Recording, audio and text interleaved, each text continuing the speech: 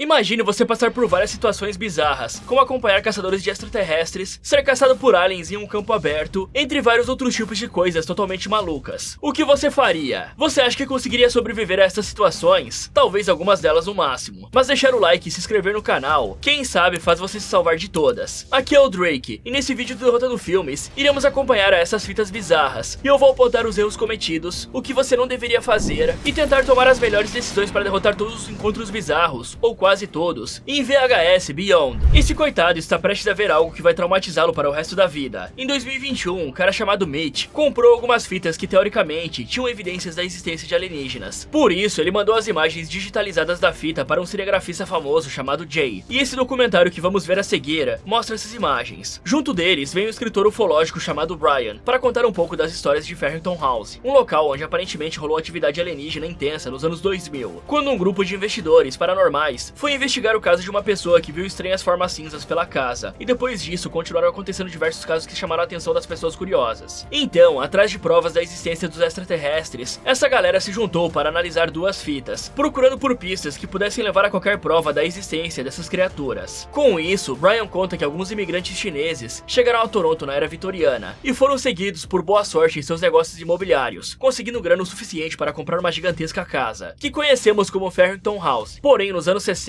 o patriarca da família bateu as botas, deixando a casa para o seu filho mais velho chamado Reed, que morou nela por anos, mas do nada decidiu que queria vender a casa no início dos anos 90, e enquanto esperava por um comprador, ele continuou morando lá e relatou diversos casos estranhos, dizendo que a casa estava assombrada. Então, Mitch fala que diversos casos ligados a extraterrestres eram frequentemente confundidos com atividade paranormal, como poltergeist e fantasmas. Porém, no passado, diversas pessoas parecem ter tido contato com criaturas que não eram desse planeta. Só que ter esse tipo de experiência e tentar contá-la para os outros pode gerar a ideia de que você é louco. Então, tentando provar seu ponto, Reed decidiu começar a gravar suas experiências através de uma câmera em sua cabeça, e também uma câmera estática, que ele deixava pela casa para provar que não era louco. Ok, essa ideia de um documentário sobre a possibilidade de existir vida fora da Terra é boa, mas para fazer isso dar certo, seria interessante falar sobre os casos mais famosos envolvendo aliens, e que são até hoje a maior razão de existirem tantas pessoas que acreditam na existência dessas criaturas. O primeiro é o incidente de Roswell, e que sem dúvidas é o caso mais famoso de todos. Ele aconteceu em julho de 1947, quando algo caiu em um rancho perto de Roswell, no Novo México. Inicialmente, o governo dos Estados Unidos anunciou que havia recuperado os destroços de um disco voador, mas rapidamente mudou a narrativa, afirmando que os destroços eram de um balão meteorológico. Isso gerou especulações e teorias da conspiração, sugerindo que o governo estava cobertando um acidente de uma nave extraterrestre e a recuperação de corpos de alienígenas. O segundo caso foi a abdução de Betty e Barney Hill, em 19 de setembro de 1961. Os dois afirmaram ter sido abduzidos por alienígenas, enquanto dirigiam em uma estrada deserta de New Hampshire, nos Estados Unidos. Eles relataram que foram levados a bordo de uma nave alienígena e submetidos a exames médicos. Betty descreveu os alienígenas como seres de pele cinza, com cabeças grandes e olhos enormes, e essa descrição mais tarde se popularizou como os famosos Greys. Só que o mais estranho de tudo é que mais tarde o casal foi submetido à hipnose, para obterem mais informações e saberem se tudo era verdade, já que em um estado de transe, você teoricamente não consegue mentir. Mas os dois não só mantiveram a mesma história, como também revelaram ainda mais detalhes sobre a abdução. E o mais recente de todos aconteceu em 13 de março de 1997, quando milhares de pessoas em Phoenix, no Arizona, relataram ver uma formação em V de luzes no céu, que pairou sobre a cidade por horas. Algumas testemunhas, incluindo pilotos e policiais, descreveram as luzes como extremamente grandes, silenciosas e misteriosas. Porém, o governo afirmou que eram sinalizadores militares, usados em exercícios de treinamento. Mas essa explicação foi amplamente rejeitada pelos moradores e teóricos da conspiração. Quanto à investigação do Mitch, para fazer esse documentário, se ele queria realmente chegar ao fundo dessa história e não só ser considerado mais uma peça de entretenimento, o cara deveria interrogar todas essas tais pessoas que moraram na casa e relataram eventos estranhos. Também interrogar todas as pessoas que conviviam com o Reed na época do seu desaparecimento e reunir evidências que comprovassem o desaparecimento do filho mais velho. Além disso, o caso deve ter sido investigado pela polícia na época, e se Mitch queria ser levado a sério, ele deveria ir atrás dos policiais e detetives que participaram do caso, para colher seu depoimento e saber quais as possíveis teorias sobre o caso. Afinal, muitas pessoas desaparecem todos os anos, e mesmo que várias fiquem sem explicações, nós sabemos que os maiores motivos são desavenças que levaram a pessoa a ser morta, tráfico humano e de órgãos, entre outras bizarrices. Depois de encontrarem essas fitas, Mitch estava convicto de que tinham evidências o suficiente para tornar qualquer argumento contra os aliens em simples mentiras e exageros. Fora que ao longo dos anos, com a criação de vários filmes e material de ficção, nós criamos uma imagem realista de aliens em nossa mente, baseada em uma mitologia que nós mesmos criamos, como os Greys, por exemplo. Só que os aliens de verdade estão bem longe dessa concepção. E aí, Mitch continua dizendo que nós humanos sempre estamos procurando por algo que nos faça fugir da rotina do dia a dia e que nunca achou na vida, e que nunca veria um documentário sério sobre a vida fora da Terra, OVNIs e tecnologias desconhecidas. Por isso, sempre que ele via uma filmagem ou imagem que continha material alienígena de qualquer tipo, ele enviava para análise, porque não era um especialista no assunto e não poderia provar a veracidade ou falsidade daquele material. Por isso, ele pediu a ajuda de Nico e Sam, dois especialistas em efeitos visuais que viralizaram ao criar um canal no YouTube, analisando vídeos de coisas assustadoras para saber se eram reais ou se foram modificadas digitalmente com efeitos visuais. E eles aparentemente são muito bons nisso, já que criaram diversos efeitos visuais realistas para grandes indústrias. Tanto que Nico até falou sobre a necessidade que esse tipo de vídeo tem, de gravar de uma distância gigante para ficar impossível de analisar o material, e afirmando que quando não se tem uma imagem muito nítida e próxima desses objetos alienígenas, menor é a credibilidade. Apesar desse efeito ser muito famoso para gerar uma estética visual interessante, e é por isso que as pessoas gostam do filtro VHS. E Mitch continua dizendo que pela influência da Guerra Fria, os Estados Unidos começaram a tratar os aliens como invasores, que era o mesmo que eles faziam com a União Soviética. E essa crença de que todos os aliens são maus e querem destruir a raça humana se intensificou na década de 90, com a aparição de Orson Welles, um radialista famoso que fez um programa tão real sobre a invasão alienígena que deixou diversos ouvintes aterrorizados, com medo de que aquilo fosse real, pois ele sabia que o melhor jeito das pessoas esquecerem momentaneamente os terrores da guerra era se assustando com algo pior que ela. Mas voltando ao caso do Reid, alguns dias depois das filmagens que vamos ver, o cara simplesmente desapareceu do mapa, deixando todos os seus pertences e sua casa para trás. Então, com todo o contexto dado, as gravações da fita 1 e 2 foram combinadas para fazer sentido, e agora elas serão mostradas a todos que pudessem analisar. E na gravação, vemos uma figura estranha entrando no quarto do Reid à noite, seguida por uma luz vermelha sangue. Em seguida, a criatura vai até Reid, que parecia estar em um transe, e enfia a mão na sua boca, puxando o que pareciam ser vários ovos extraterrestres de dentro do coitado. Em seguida, a criatura percebe a câmera e enfia ela dentro da boca do Reid, revelando para nós que algo crescia ali dentro. Então, após assistir essas filmagens, até mesmo os especialistas ficaram chocados e afirmaram que não conseguiram saber se aquilo era real ou não. Ok, antes de tudo galera, deixa eu só explicar um pouquinho sobre o trecho que falava sobre o Orson Welles, porque esse cara foi muito importante para popularizar os alienígenas. O Welles dirigiu e atuou em uma transmissão de rádio extremamente famosa, baseada no romance de ficção científica A Guerra dos Mundos. A transmissão foi feita no formato de um noticiário ao vivo, o que causou pânico entre os ouvintes, que acreditaram que uma invasão alienígena real estava ocorrendo, fazendo todos começarem a ver os aliens como uma ameaça, ao invés de apenas possíveis visitantes curiosos. Agora, voltando ao Reid galera, esse cara aparentemente queria desaparecer, porque ele nem de perto tentou sobreviver. O cara poderia ter mudado de casa, ido no médico e feito exames que definitivamente encontrariam esses ovos dentro dele. Ele poderia ter espalhado câmeras de segurança pela casa, e pelo lado de fora também, já que ele era um herdeiro de um império milionário, e com certeza teria dinheiro pra isso. E falando em grana, ele também teria condições de contratar seguranças para ficarem protegendo a sua casa durante os dias e noites, até todo esse perigo passar. E mesmo que esses seguranças não conseguissem salvá-lo, pelo menos existiriam testemunhas do que de fato aconteceu. Reid também podia ter se mudado para a casa de algum amigo ou parente para se proteger, mesmo que possivelmente os aliens tivessem colocado um rastreador dentro do cara. Mas infelizmente, como esse cara não fez nada disso, e na situação que ele se encontrava, era impossível que Reid se protegesse, pois ele estava desarmado e sem muitas opções contra esse invasor, já que ele deve ter algum tipo de poder que faz o cara ficar sem se mexer quando ele entra na sala, e faz o coitado esquecer disso toda noite. E agora, não me pergunte por que o alien decidiu fazer uma endoscopia no cara. Vai ver, ele tá com dificuldade de achar os alvos lá dentro. Agora, somos transportados para dentro de uma das fitas, e conhecemos 3 policiais que estavam indo investigar o caso Warden, em que 17 bebês desapareceram misteriosamente, sem deixar nenhum rastro. Por isso, vários oficiais se juntaram para dar um fim no responsável por esses desaparecimentos numa missão não oficial, e o objetivo dessa missão era aniquilar qualquer um que estivesse por trás disso. E entre esses homens estava o novato Segura, que eu vou chamar só de Seg para ficar mais fácil. E adivinhem, ele é o responsável por segurar a câmera, o que é bem irônico se parar para pensar. Ele vai junto com seu colega Broom para um local isolado se juntar com a sua equipe. O cara pede que o rapaz filme tudo sem exceção e siga as ordens dos seus veteranos sem hesitar ou contra-argumentar, pois aquelas pessoas agora seriam a sua nova família. Com isso, ele conhece o restante do time, que parece não ficar muito feliz em ver um novato na missão, mas acabam aceitando. E aí, Broom volta a explicar o plano, que era dar um fim no sequestrador de crianças, e conta que alguém avistou o possível responsável entrando em uma residência perto dali. E o plano era simplesmente entrar atirando em tudo que se movia. E é claro que não tem como isso dar ruim, né? Nesse momento, o ET, sim, esse é o nome do cara, por incrível que pareça, começa a surtar gritando com a equipe ao ver a foto do seu filho no mural de provas. E isso deixa a equipe meio receosa de levar aquele maluco junto com eles nessa missão, porque o ET estava bem instável. Albert até chega para conversar com o capitão, dizendo que não achava uma boa ideia levar o garoto, pois ele podia colocar todos em perigo. Mas quando Broom vai conversar com o rapaz, ele diz que não ficaria fora dessa missão de maneira alguma. Ok, além de armas, seria interessante que esses oficiais separassem um tempo para rondar o local à paisana, e discretamente, é claro, colocando escutas e câmeras câmeras ao redor da casa, para saberem exatamente com quem e com quantas pessoas estão lidando. Porque em uma missão de invasão, qualquer informação seria extremamente útil para que a operação seja um sucesso. Assim, eles teriam uma boa ideia da quantidade de equipamento que seria necessário, e também poderiam bolar um plano para capturar ou finalizar qualquer um que tentasse fugir da casa. Eles até mesmo poderiam pegar um drone para entrar na casa e filmar todo o seu interior para mapear o local e ter uma ideia de como é lá dentro, e por onde deveriam caminhar lá dentro, e o que está acontecendo também. E é claro que o drone poderia ser descoberto e deixar a galera em alerta, mas é muito melhor do que ir às escuras com um plano de atirar em tudo que se mexer. Fora que também seria legal levar alguns equipamentos extras, além das armas, como granadas atordoantes, para conseguirem invadir qualquer cômodo sem ter medo de acabar levando um tiro de algum canto. Kits de primeiros socorros para conseguir ajudar qualquer um dos seus companheiros que acabem caindo ou se machucando. E é claro que seria interessante chamar mais algum pessoal para ficar cercando o lado de fora da casa, para impedir que alguém fugisse da emboscada. Mas eu acho que esses policiais não estão muito interessados em fazer as coisas do jeito mais seguro e organizado possível. Afinal de contas, beber álcool quando se está prestes a manusear armas de fogo é uma das ideias mais estúpidas que eu já vi. Porque além de reduzir os seus reflexos, aumentando as suas chances de errar os tiros, ainda pode fazer você tomar decisões estúpidas e acabar sendo morto. E isso não vale só para armas, hein? Depois de baterem um papo, os membros do esquadrão começam a se preparar, pegando dezenas de armas e o máximo de munição que conseguiam, antes de entrar em uma van, onde o Seg percebe que o ET estava muito irritado e ansioso com a missão. Mas Bennett pede para deixá-lo em paz, pois o filho dele foi um dos sequestrados nesse caso, então o maluco tava poucas ideias. Chegando na tal residência abandonada, em que o tal maluco foi avistado, de longe a equipe já consegue perceber uma figura estranha se movendo para dentro da casa, carregando uma motosserra. Com isso, eles pegam as armas e se preparam para entrar na casa, para poderem acabar com essa onda de terror de uma vez por todas. E aí, eles saem investigando o perímetro da casa, mas antes que conseguissem fazer qualquer coisa direito, o ET aqui é o Leroy Jenkins do grupo, e perde a paciência invadindo a casa na bicuda, chamando a atenção de diversas criaturas que estavam dentro da casa. De repente, começamos a ouvir diversos passos, e o que pareciam ser ghouls surgem de todas as direções, forçando o time a eliminar um a um. Só que no meio da confusão, o ET sai correndo para longe de seus colegas, procurando pelo seu filho, forçando a equipe a se dividir para encontrá-lo. E depois de eliminar dezenas de criaturas no andar de baixo e encontrar pedaços de corpos por todos os lados da casa, como se aquelas coisas se alimentassem de carne humana, a equipe se reúne e percebem que ET tinha desaparecido. Então eles saem explorando o local em busca do idiota, até que Seg é encontrado pela criatura com a motosserra, que claramente pra mim é uma referência ao Dr. Salvador do Resident Evil 4. E o Dr. Salvador separa ele do restante do time, forçando o rapaz a correr para o andar de cima, para fugir das criaturas. E aí ele consegue despistá-la, se escondendo atrás de algumas caixas. Então, quando o monstro sai para ir atrás dos seus colegas, Seg sai para explorar, encontrando uma estátua bizarra no meio do cômodo, parecendo algum tipo de símbolo de adoração. Em seguida, ele vai se reunir com seus colegas, que são atacados pelo Dr. Salvador, mas conseguem derrubá-lo com facilidade. E nesse momento, o ET aparece para acabar brutalmente com a criatura, sendo igualzinho aquele famoso cara que rouba a kill e fala que fez tudo. E com isso, todos param para recarregar e descansar um pouco. E o Albert aproveita para analisar os corpos, percebendo que todas as feras tinham uma cicatriz igual na testa, coberta por um curativo, podendo ter feito parte de algum ritual. E aí o grupo ouve um choro vindo do andar de cima, e como sempre, o imbecil do ET sai correndo na frente, achando que era o seu filho Riley. Aí vai até tentar seguir o seu companheiro, com medo de que ele morresse, mas o capitão o impede, pois se todos agissem como o ET,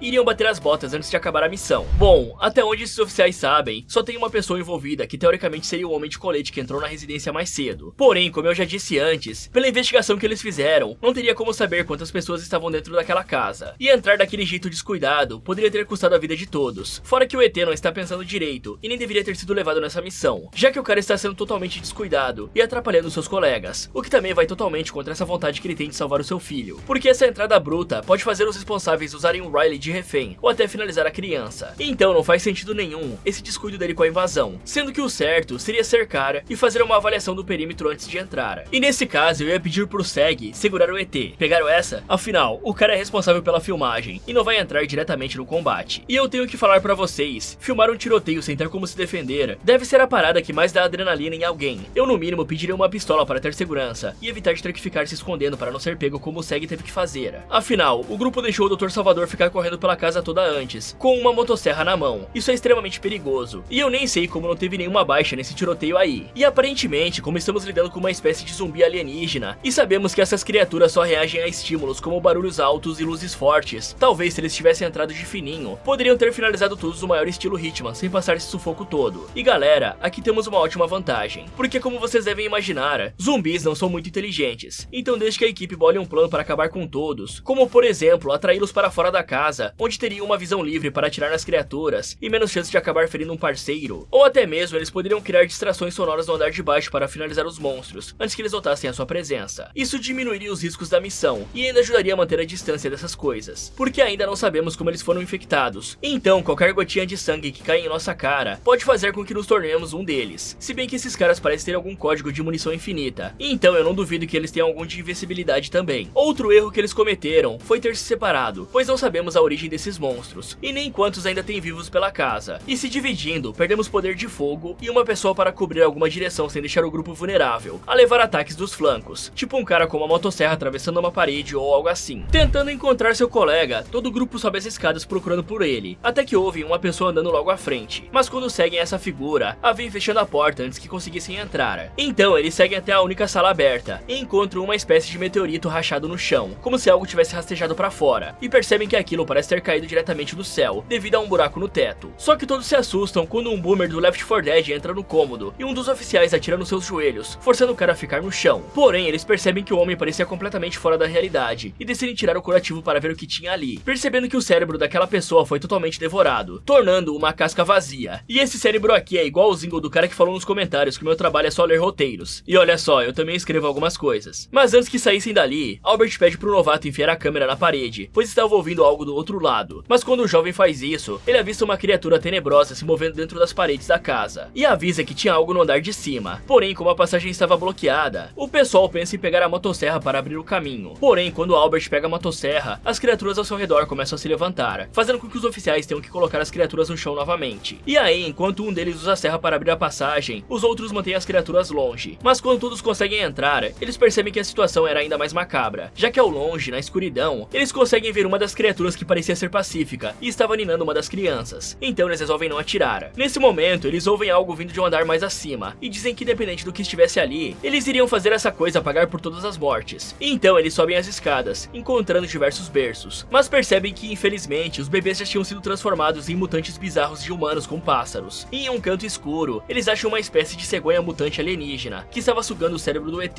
e usando ele para alimentar os seus bebês mutantes. Sem pensar duas vezes, os policiais abrem fogo contra aquela criatura grotesca e no ET, que a essa altura já tinha virado um zumbi. Mas a fera tenta revidar atacando o Seg, que derruba a câmera, só que seus colegas conseguem protegê-lo, finalizando o monstro, e dessa vez pisando na cabeça, para garantir que ele não se levante novamente, dizendo que não iriam contar às famílias o destino dos seus filhos para preservá-los dessa dura realidade. Em seguida, eles dão boas-vindas ao novato, revelando que aquelas pessoas já caçavam monstros há um certo tempo, o que explica eles não terem se surpreendido com nada que aconteceu ali. E por fim, eles tiram uma foto com o corpo do monstro para guardar de recordação. Bom, é isso que acontece quando você não confirma suas kills, né, galera? Eles não conheciam 100% dessas criaturas, não deveriam ter assumido que elas morrem igual humanos. Pisar na cabeça ou desconectá-las com a motosserra era o mínimo que eles tinham que fazer após terminar a matança. E agora deu pra ver bem que tem câmeras no peito de cada um dos agentes gravando tudo. E eu fico sem entender qual era a função do Segura nesse rolê. Será que era ser o bait? Porque teve uma hora que mandaram o cara por primeiro em um cômodo desconhecido, com a câmera na mão. É surreal isso. E eu entendo menos ainda do porquê não deram uma arma pro coitado. Além disso, esse pessoal tem escopetas e armas com poder de fogo suficiente para destruir as fechaduras das portas. Então não tem por que respeitar portas trancadas. Eles podem usar isso para invadir o cômodo que quisessem. Sem contar que nessa casa velha, se eles chutarem uma porta, eu acho que até a parede vai junto. Outra coisa que esses policiais parecem não ter levado em consideração é que eles estavam lidando com um objeto extraterrestre. E mesmo assim eles não se preocuparam em trazer máscaras, luvas e roupas de proteção, pois deve ter patógenos e bactérias alienígenas nesse meteorito, e também nos infectados, que podem fazer com que essas pessoas tenham uma doença incurável e batam as botas, mesmo que a missão tenha sido um sucesso. E falando no meteorito, galera, como vocês devem imaginar, quando essas pedras espaciais caem na Terra, elas fazem um estrago absurdo. Algumas delas podem até mesmo gerar uma explosão maior e mais forte do que uma bomba atômica. Não é à toa que um deles acabou com os dinossauros, né? E eu sei que foi um asteroide. E um meteorito daquele tamanho cair na casa e não explodir tudo em volta não faz sentido nenhum. Os policiais também tinham que ter finalizado todos os bebês para garantir que aquelas coisas não se tornassem ameaças mais tarde. E também incendiar a casa para finalizar e destruir qualquer resquício ou chance daquele alien ainda estar vivo, ou de qualquer um dos seus filhos. E por último, mas não menos importante, o ET teria ficado vivo com toda certeza, se ele não tivesse sido tomado por suas emoções e ido na frente sozinho sem qualquer proteção dos colegas. Então ele só morreu por burrice mesmo, pois dessa situação era completamente possível que todos sobrevivessem. Na próxima fita, vemos uma quantidade absurda de paparazzi em volta de Pari, uma celebridade famosa que aparentemente acabou de terminar seu relacionamento com algum outro famoso. E entre esses paparazzis está Arnabe e Sonu, dois aspirantes a cineastas que estavam tentando conseguir boas imagens da mulher para conseguir ingressar na indústria. Mas infelizmente essas duas antas são horríveis no trabalho, e Arnabe acaba se emaranando caindo no chão, perfurando seu braço com um caco de vidro na rua e perdendo a chance de falar com a Pari. pare. E a única coisa que eu imagino o Arnab falando é isso. Sono! Seu broxa inútil, vem me ajudar, Sono! Vem me ajudar! Ai, eu vou morrer, gente!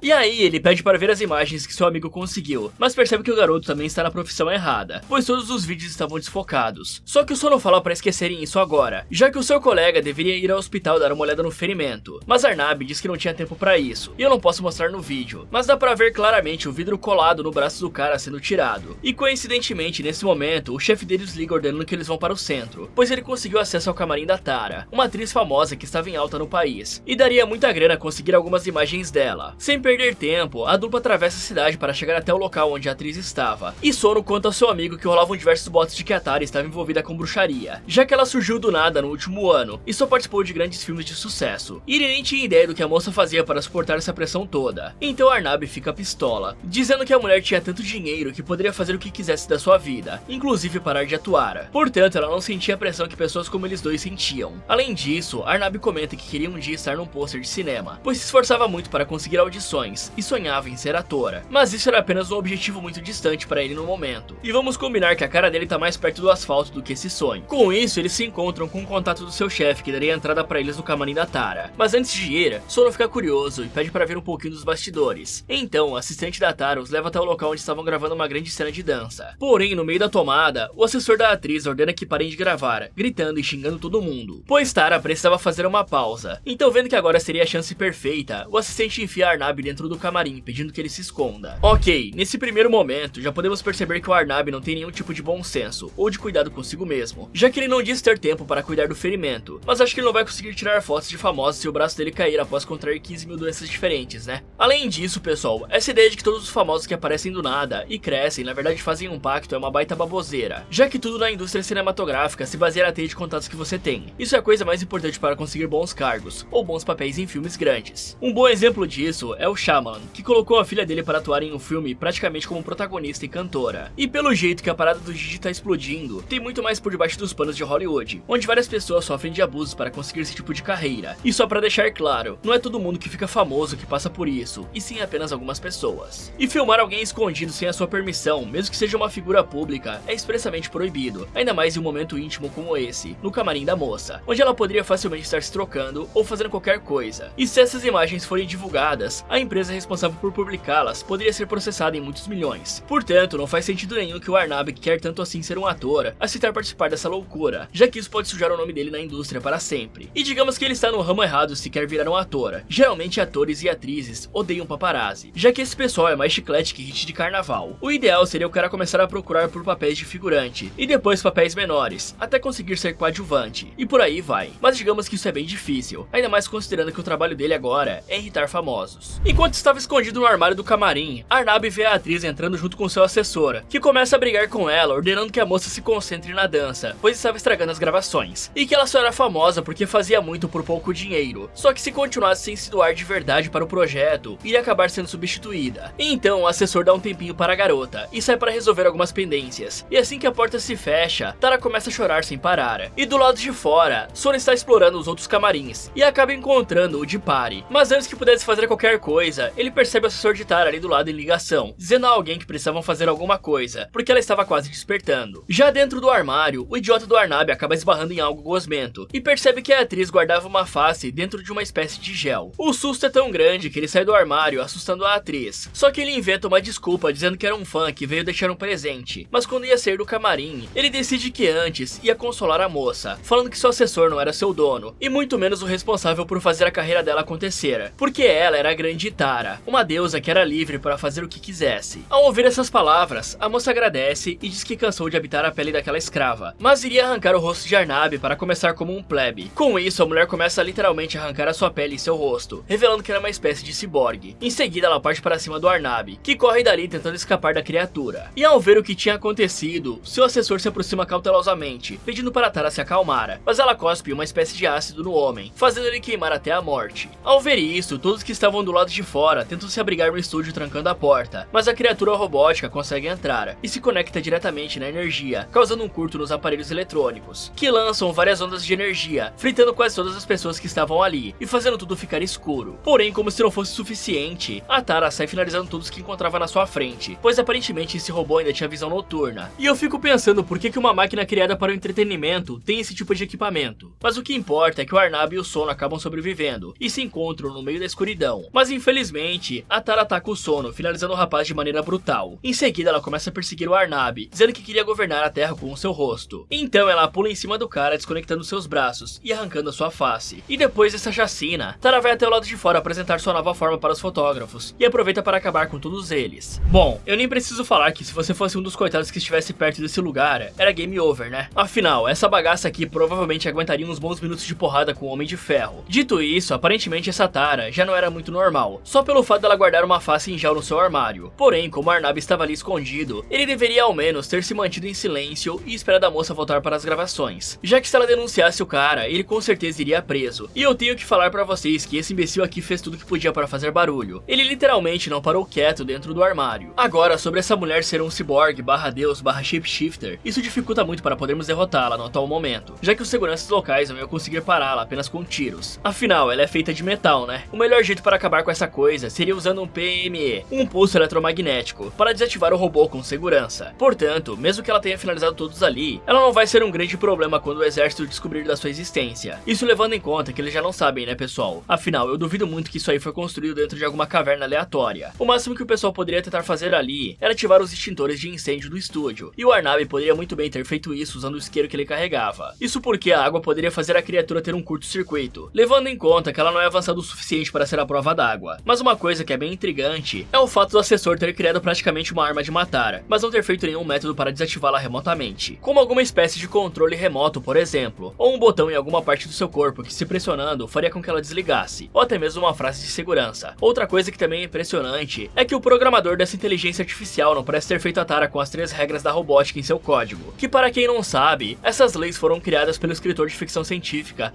Isaac Asimov. Elas são as seguintes: um robô não pode ferir um ser humano, ou por inação permitir que um ser humano sofra algum mal. Um robô deve obedecer às ordens dadas por seres humanos, exceto quando tais ordens entrarem em conflito com a primeira lei. Um robô deve proteger a sua própria existência, desde que a tal proteção não entre em conflito com a primeira ou a segunda lei. E se eles tivessem incluído isso no código da Tara, era bem possível que nada disso teria acontecido. E aproveitando que o filme fala de aliens, nada impede disso ter sido algum tipo de criatura de outro planeta que caiu na Terra, e por algum motivo esse cara conseguiu domesticá-la para fazer clipes musicais. Não me pergunte por que o cara fez isso, não faz nenhum sentido. Do mesmo modo que não faz sentido colocar uma máquina de guerra para dançar e cantar. Bom, essa aqui é a minha favorita. A próxima fita mostra um grupo de amigos indo pular de paraquedas para comemorar o aniversário de Zack, que estava completando seus 30 anos, e disse com todas as letras que não queria estar fazendo aquilo. Mas seu amigo Noah, que estava gravando essa experiência, diz que Zack deveria aproveitar melhor sua vida e viver novas experiências. E vendo que Noah estava gravando uma mensagem de encorajamento para seu amigo, Britney decide fazer a mesma coisa, pegando a câmera e dizendo que estava orgulhosa por Zack estar fazendo aquilo. Porém, nesse momento, estranhas turbulências começam a acontecer, mas o piloto diz que isso era normal e pede que todos fiquem calmos. Porém, logo vocês vão ver que esse era um péssimo dia para pular de paraquedas. Então, tentando aliviar o clima, Zack pega a câmera para que seu amigo e instrutor de paraquedismo, Logan, gravasse sua mensagem de incentivo. Porém, com toda aquela turbulência, o nosso aniversariante começa a entrar em pânico, dizendo que não conseguiria fazer aquilo, mas todos o encorajam a continuar, pois aquela seria a melhor experiência da sua vida, e a sua namorada Jazz o incentiva a continuar, principalmente porque faltavam apenas 3 minutos para que eles chegassem até a altitude correta. Porém, quando estavam quase lá, um dos pilotos avisa que tinha algo estranho na janela ao lado, e aí todos percebem que aquilo era um OVNI, e ficam muito animados com tudo aquilo, até que a nave quebra a barreira do som, gerando uma turbulência assustadora no avião. Como se não pudesse piorar, assim que os pilotos recobram o controle, vários jatos militares começam a perseguir o OVNI, passando perto do avião e gerando ainda mais turbulência. Com isso, o piloto decide que era hora de voltar e ir embora dali antes que algo ruim acontecesse. Porém, já era tarde demais para isso, porque um dos aliens salta sobre o avião, fazendo com que os pilotos percam totalmente o controle, colidindo contra um dos OVNIs e partindo o avião no meio. Aqui o caos toma conta, e durante a queda, Zack entra em desespero ao ver um de seus amigos sem sua perna. Percebendo que a maioria deles iria cair em cantos separados, o deixando sozinho, ele até tenta pedir para Logan abrir o paraquedas, mas o cara não respondia de maneira nenhuma. Nesse momento, Zack vê mais um dos seus amigos sendo finalizado, só que por um dos aliens que também estava em queda livre. E percebendo que morreria se não fizesse nada, Zack consegue puxar a corda pouco antes de bater no chão, reduzindo o impacto da queda e conseguindo sobreviver, apenas para ver um dos seus amigos caindo e revelando qual seria o seu destino se não tivesse feito isso. Bom, galera, geralmente quando vão acontecer esses tipos de atividades mais perigosas, como pular de paraquedas, é extremamente necessário que todos os iniciantes tenham um instrutor de pulo, e levando em conta que todos ali parecem estar começando agora, seria impossível todo mundo pular junto como eles planejam, já que apenas Jazz e Zack têm instrutores, e o motivo disso disso é bem simples, pessoal. Muitas pessoas acabam perdendo a consciência durante o salto, não só por conta do medo, mas também pelas grandes altitudes em que esses saltos costumam acontecer. E apesar das fatalidades que acontecem nesse tipo de atividade serem baixas, como por exemplo em 2022, em que apenas 18 pessoas bateram as botas e mais de 3,2 milhões de saltos, esse número só continua baixo porque as regras de segurança são cumpridas. Além disso, a maioria das pessoas ali estão sem alguns equipamentos necessários para executar o salto, como os óculos de proteção para que nenhum detrito entre nos seus olhos e capacetes para aumentar as chances de sobrevivência em casos como o do Zack, que acabou batendo a cabeça no chão. Quanto às autoridades, galera, não faz sentido nenhum que elas estejam perseguindo os OVNIs. Isso porque vários estudos mostram que para que qualquer outra forma de vida consiga visitar a Terra, a principal tecnologia que eles teriam que desenvolver era uma nave que conseguisse voar na velocidade da luz, que é de aproximadamente 300 mil km por segundo, enquanto o jato militar mais rápido já feito foi o Lockheed SR-71 Blackbird, que conseguiu voar na velocidade de Mach 3, ou seja, ele era mais rápido que o som, mas mesmo assim chegava a apenas 3.500 km por hora, então seria literalmente impossível para o exército acompanhar o movimento das naves, e eles ainda poderiam botar a população em perigo, pois caso os aliens se sentissem ameaçados, poderiam disparar contra as aeronaves e acabar acertando zonas populadas. E galera, na minha opinião, se seres extraterrestres existirem e decidirem visitar a Terra, fazer nada é a melhor opção. Os caras viajaram pela galáxia, não vai ser um caça que vai dar conta de fazer algo contra eles, e se fizer, pode acabar fazendo uma baita cagada ainda, e iniciando uma guerra interplanetária. Afinal, qual é a chance de sucesso dele perseguir um OVNI e mandar o ZT encostar? Não é uma blitz, né galera? Quanto ao avião, pessoal, nada disso teria acontecido se eles tivessem pousado no exato segundo que viram os jatos, mas eles preferiram tentar seguir com o salto, mesmo sabendo que tinham OVNIs em volta, e sem saber se os invasores eram hostis ou não. Então foi só por burrice que todos eles caíram mesmo, e vendo todo o caos acontecendo, a principal ideia seria pular, né? Afinal, essa lata velha tava arriscando cair a qualquer momento, mas ao pular você poderia ser empalado por um caça, se bem que eu acho que mais da metade ali foi de base, então pular seria 50-50 igual, só que sem o desespero de encarar toda a queda, porque se o jato te acerta, deve ser instantâneo igual estalar os dedos. Depois de se recuperar da queda, Zack se desprende de Logan e percebe que seu amigo tava fazendo cosplay do Divider do Dead Space, então em desespero ele começa a gritar por Jazz e seus amigos, até que ouve Britney lhe chamando ali de perto, então ele corre até sua amiga, percebendo que ela estava ferida, porém tudo que a moça queria saber era se Logan tinha sobrevivido, mas acaba entrando em pânico ao saber que não. Só que antes de conseguir absorver essa informação, eles ouvem os gritos de um dos seus colegas que tinha sido perfurado com um pedaço dos destroços do avião, mas logo percebem que o amigo não vai durar muito tempo, por conta da gravidade dos ferimentos, sem contar que o cara tá estourando sozinho que nem pipoca.